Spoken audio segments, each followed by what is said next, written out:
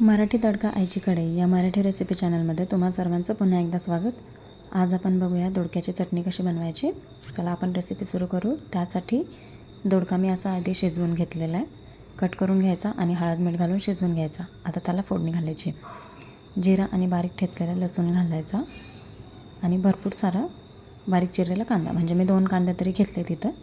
2 कांदे बारीक चिरून परतून घ्यायचे. हा चांगला परतला की यामध्ये टोमॅटो ॲड करायचा आणि थोडंसं मीठ, हे पण सगळं चांगलं परतून घ्यायचं. मिक्स झालं की यामध्ये घरातले जे वापरणारे आपण रेग्युलर मसाले आहेत ते मसाले यामध्ये थोडे थोडे तुम्हाला जसं तिखट हवं आहे त्यानुसार कमी जास्त करून तुम्ही ॲड करा. आता हे सगळं मिक्स करून घ्यायचं आणि यामध्ये थोडंसं पाणी घालायचं. खूप जास्त नाही घालायचं, एकदम अगदी थोडंसं पाणी घालायचं आणि मिक्स करून घ्यायचं. लागेल तसं पाणी यूज करा फक्त. हे सगळं मिक्स झालं की यामध्ये थोडंसं चिमूटभरचं हिंग घालायचं आणि यामध्ये दोडका मिक्स करायचा.